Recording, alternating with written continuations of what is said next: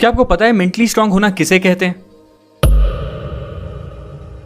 1914 में Thomas Alva Edison की factory पूरी तरह जल के बर्बाद हो गई। आग इतनी बुरी तरह लगी थी कि कुछ भी नहीं बचा। उन्हें 23 मिलियन US$ का नुकसान हुआ था और एक प्रोटोटाइप जिस पर वो सालों से काम कर रहे थे वो भी जलकर बर्बाद हो गया। इस पूरी सिचुएशन को जानने के बाद थॉमस अल्वा एडिसन ने जिस तरीके से रिएक्ट किया उसे कहते हैं मेंटल टफनेस। पता है उन्होंने क्या कहा? उन्होंने कहा, थैंक गॉड अभी तक मैं जितनी भी मिस्टेक्स कर रहा था वो सारी जलकर खत्म हो गई हैं। अच्छा है, अब मैं एक फ्रेश शुरुआत कर पाऊंगा। एक मेंटली टफ इंसान की ये बहुत बड़ी क्वालिटी होती है कि वो बुरे से बुरे वक्त में भी अपने आप को संभालना जानता है और एक पॉजिटिव अप्रोच रखता है। पर फैक्ट तो यह है कि शुरुआत से ही कोई भी मेंटली स्ट्रांग नहीं होता।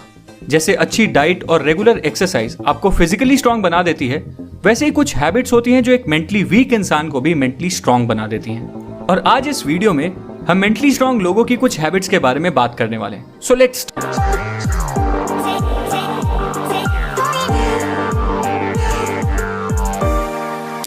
पहली हैबिट है एम्ब्रेसिंग चेंज। ईगल इकलौता ऐसा पक्षी होता है जो 70 साल की उम्र तक जिंदा रह सकता है। पर इस उम्र तक जिंदा रहने के लिए हर ईगल को एक बहुत मुश्किल डिसीजन लेना पड़ता है, क्योंकि 40 साल तक जिंदा रहने के बाद एक ईगल के पंजे इस लायक नहीं रहते कि वो उन पंजों से कोई शिकार आसानी से कर पाए। उसके पंजे कमजोर हो जाते हैं और इतने लचीले भी नहीं रहते। और तो और उसकी तीखी और लंबी चोंच भी काफी मुड़ जाती है और उसके पंख इतने मोटे हो जाते हैं कि उड़ान भरना भी मुश्किल हो जाता है। और 40 साल की उम्र में यही वो टाइम होता है जब एक ईगल के पास सिर्फ 2 ही ऑप्शंस होते हैं। पहला, या तो वो इसी तरह मर जाए, दूसरा कि वो एक बहुत ही पेनफुल से चेंज के प्रोसेस को एक्सेप्ट कर ले। एक ईगल की जिंदगी में ये प्रोसेस 150 दिन का होता है और इस प्रोसेस के लिए उस ईगल को किसी पहाड़ की चोटी पर जाकर बैठ जाना होता है और वहां उसे अपनी चोंच को तब तक किसी पत्थर पे मारते रहना होता है जब तक उसकी चोंच निकलकर नीचे ना गिर जाए। और चोंच के अलग हो जाने के बाद एक ईगल फिर नई चोंच के उगने का इंतजार करती है। जब नई चोंच उग जाती है तो उस तीखी और मजबूत चोंच से फिर वो अपने पंजे उखाड़ देती है और फिर से नए पंजों के उगने का इंतजार करती है। जब उसके नुकीले से नए पंजे वापस आ जाते हैं तो फिर वो उन पंजों से अपने पुराने से मोटे पंख भी नोच लेती है ताकि नए और हल्के पंख उग पाए। और फाइनली इन बेहद दर्द भरे 150 दिनों के बाद एक ईगल अपनी नई जिंदगी की एक नई उड़ान भरती है एंड अपनी जिंदगी के बचे हुए 30 साल जीना शुरू करती है। मतलब सर्वाइवल के लिए और जिंदगी को जीने के लिए एक दर्द भरे चेंज को एक्सेप्ट करना ही पड़ता है। और याद रखो, जब बारिश होती है ना तो सारे पक्षी बचने का कोई ना कोई ठिकाना ढूंढते हैं, पर इकलौता ईगल ऐसा पक्षी होता है जो बारिश से बचने की कोशिश करने के बजाय बादलों के ऊपर उड़ने की औकात रखता है। इसलिए एक मेंटली स्ट्रांग इंसान भी हर मुश्किल चेंज को एम्ब्रेस करता है और उसे एक्सेप्ट करके उस चेंज से गुजर कर खुद को मजबूत बनाता है, चेंज से घबराता नहीं है। दूसरी हैबिट है एस्टैब्लिशिंग बाउंड्रीज।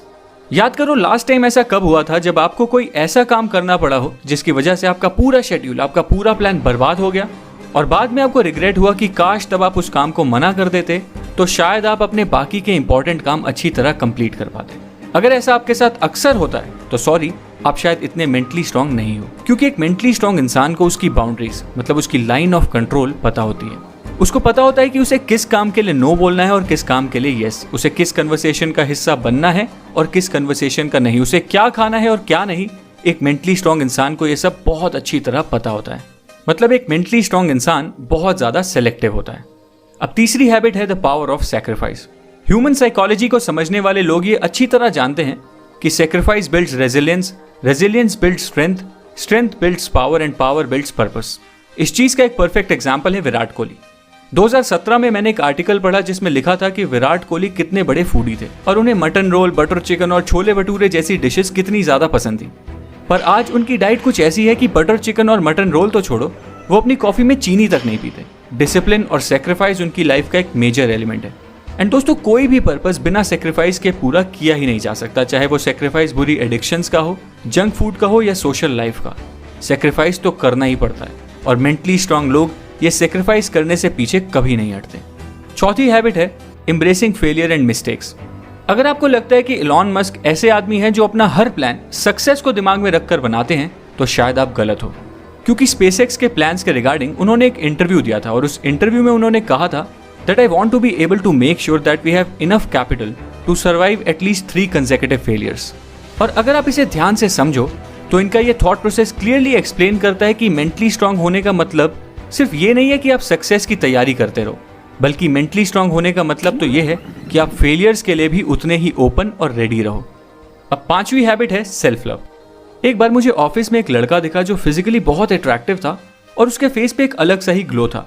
मुझे लगा शायद ये कोई न्यू ज्वाइनर होगा जिसने हाल ही में कॉलेज कंप्लीट किया है और अपनी कॉर्पोरेट लाइफ शुरू की है। फिर एज यूजुअल मेरा दिन शुरू हुआ और शेड्यूल के अकॉर्डिंग मुझे एक मीटिंग में जाना था। उस मीटिंग में पहले से ही वो लड़का बैठा हुआ था और जब मैंने उसे मीटिंग रूम में दोबारा देखा तो मैं थोड़ा कंफ्यूज हो गया।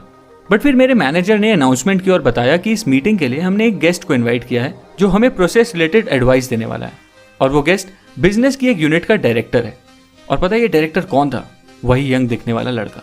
एंड उसके बाद जब मेरी उस डायरेक्टर से बात हुई तो उसने बताया कि वो बिजनेस की एक बहुत ही क्रिटिकल यूनिट हैंडल कर रहा है और उसका शेड्यूल फुल पैक्ड रहता है, पर वो जब तक अपने दिन की शुरुआत में सबसे पहले अपनी फिजिकल हेल्थ और मेंटल हेल्थ पर काम नहीं कर लेता, वो अपने दिन के बाकी काम भी शुरू ही नहीं करता। For him his day starts with a practice of self love. And दोस्तों, वैसे सेल्फ लव प्रैक्टिस करने से आपकी सेल्फ एस्टीम और ओवरऑल मेंटल हेल्थ कई गुना इंप्रूव हो जाती है। इसलिए मेंटली स्ट्रांग बनने के लिए ये भी एक बहुत इंपॉर्टेंट हैबिट है।